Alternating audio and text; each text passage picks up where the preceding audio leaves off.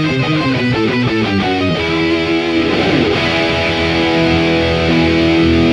up, everybody? This is Nick Pantano from Soundspace doing another Technique Tuesday, and today we're going to be talking about bar chords.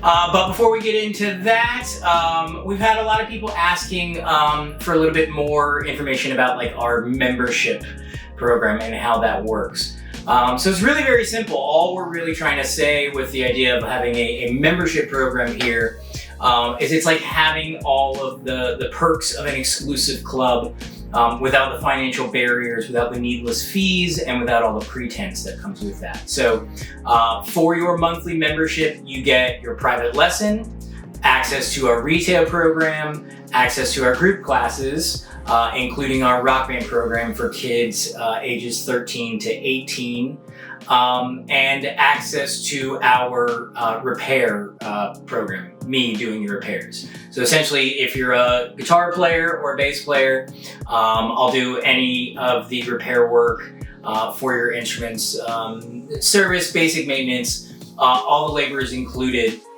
as part of your membership. So you're just paying your flat $140 a month. You get all that included with it.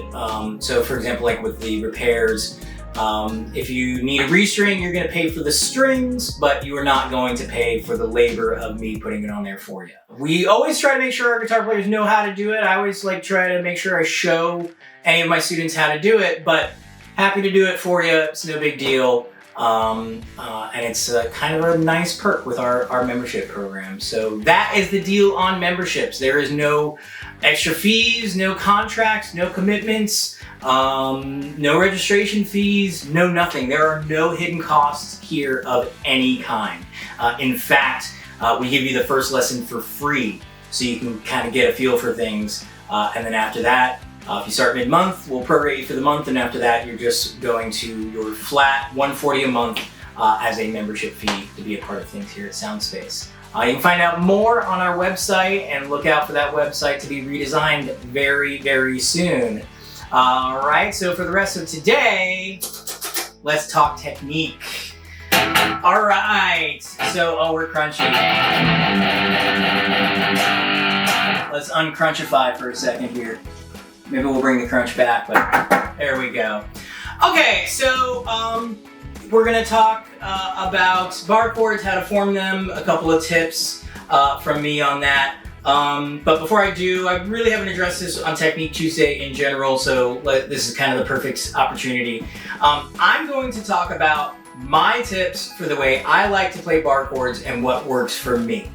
Why am I saying it that specifically? Because as much as I believe in studying technique and trying to use good technique and listening to other people and what they have to say about technique, we have too many examples and too many like significant examples of people that did not use proper technique and still are considered great guitar players, innovators, some of the greatest guitar players who ever lived. The list is much longer than the names I'm about to mention, but just to name a few, we're talking about Jimi Hendrix. You are not supposed to play guitar with your thumb, but if you want to play any Jimi Hendrix song, you're probably going to end up using your thumb somewhere on the top of the neck. Django Reinhardt, dude didn't have the use of these two fingers. Django was a legit gypsy, and his caravan was in a fire, and these two fingers got fused together in that fire, so he was only able to use these three fingers. One more to throw another big name in the mix, Jerry Garcia, missing the tip of one of these two fingers. I can't remember, I'm not that big of a Grateful Dead fan. But missing the tip of one of his fingers. So all these players are players that we hail as these amazing guitar players, innovators even, right? People that have done amazing things on the instrument, and they did those amazing things without always following the rules of proper technique.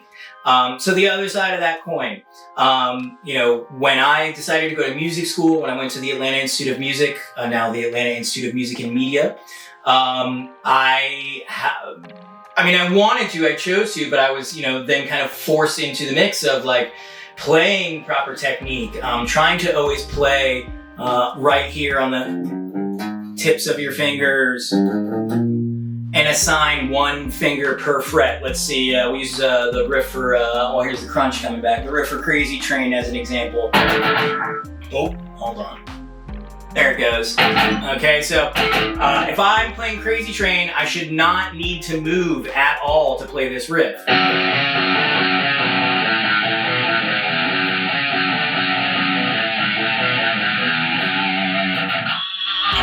Okay, so yes, proper technique by the book, as you find it online and in music books.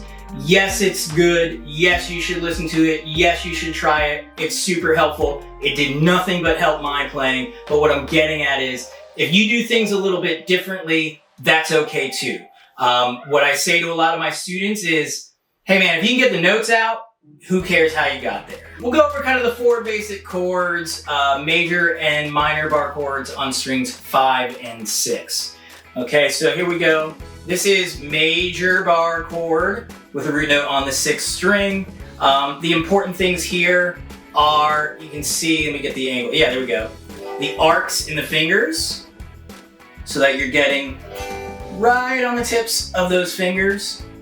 Okay, the first thing I'll point out that may be different for some people is, look how high my first finger is. How much is coming up over the fretboard. For me, that's because I have big knuckles, this knuckle in particular. And if I go too shallow, it kind of makes it hard for me to get some of the bar action over here on this finger to actually go flat. It's like the knuckle's in the way, and hear that? So that 2nd string, my B string, just isn't quite ringing. As soon as I make my adjustment though, it rings out just fine. So that's an example of what I'm talking about. Is like, if you open a book, it's going to tell you to play like right here on the very tip of that finger. And they're not wrong, that is what you should do, but that didn't work out so well for me, so I just ended up kind of moving my first finger up a little bit higher to work with my big knuckle, and that worked for me. Again, if it sounds right, and it's not hindering your playing, then who cares how we got there? Okay, the next one would be the minor bar chord, still with the 6th string root here, so that's as simple as just taking your middle finger out. Okay, so major, middle finger in here, minor, middle finger out. If you're a strict beginner trying to pick this up, number 1, sign up for lessons so we can show you in person. But I'm going across 1 fret, fret next to that, a half step up, is here on the 3rd string in the middle. My 3rd finger is here on the 5th string, and my pinky is on the 4th string. So again, here's major, minor. Okay, and the best tip I ever got from this, or for this, was from one of my private lesson teachers, Dr. Jonathan Dotson. Look him up on YouTube. John is an incredible classical guitar. He's an incredible guitar player, but his specialty is the classical sauce. John is incredible. Look him up. Dr. Jonathan Dotson. So when I was in private lessons with John, when I was like 14 or 15, we were working on bar chords, and he told me, so let me back up. A lot of people, the problem ends up being this portion of knuckle, kind of like I was talking about with my first finger coming up.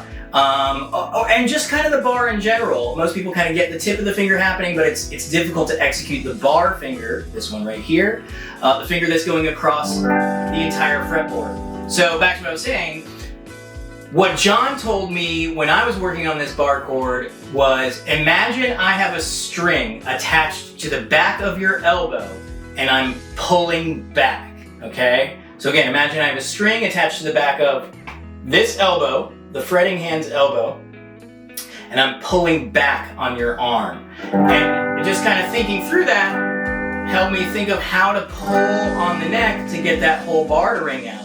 Along with that, you want to kind of hold the guitar kind of tight against your body. You know, if I pull back and I don't have the guitar that's pressed against me tight, it's just going to move. So get the guitar set, I'm holding it, you know, good and tight against my body, and I'm pulling back from my elbow, from my shoulder, to learn to get that full bar engaged with the bar chords.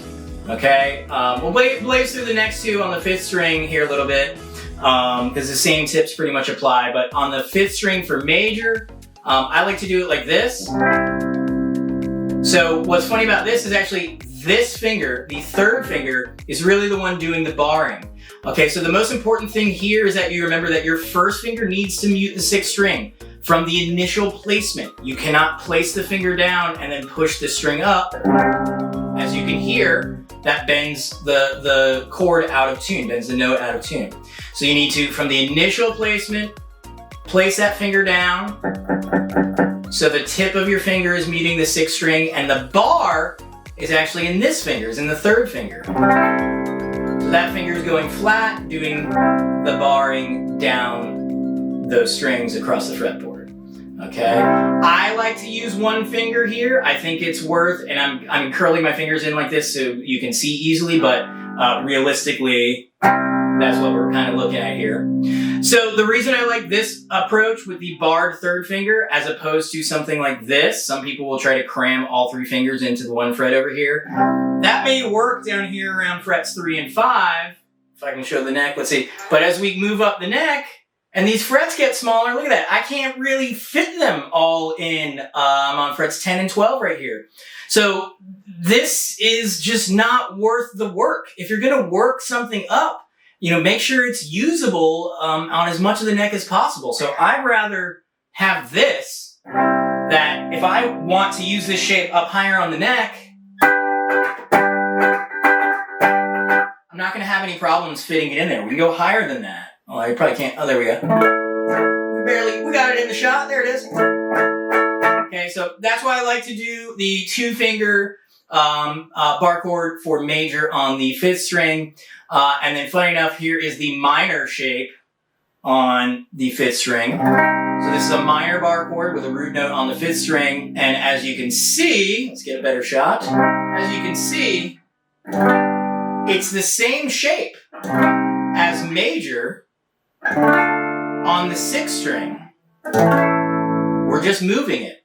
So as I said earlier, same tips apply. Think about the string attached to the back of your elbow. Thank you, Dr. John. And somebody is pulling back on that arm to help you think about engaging that bar. Okay?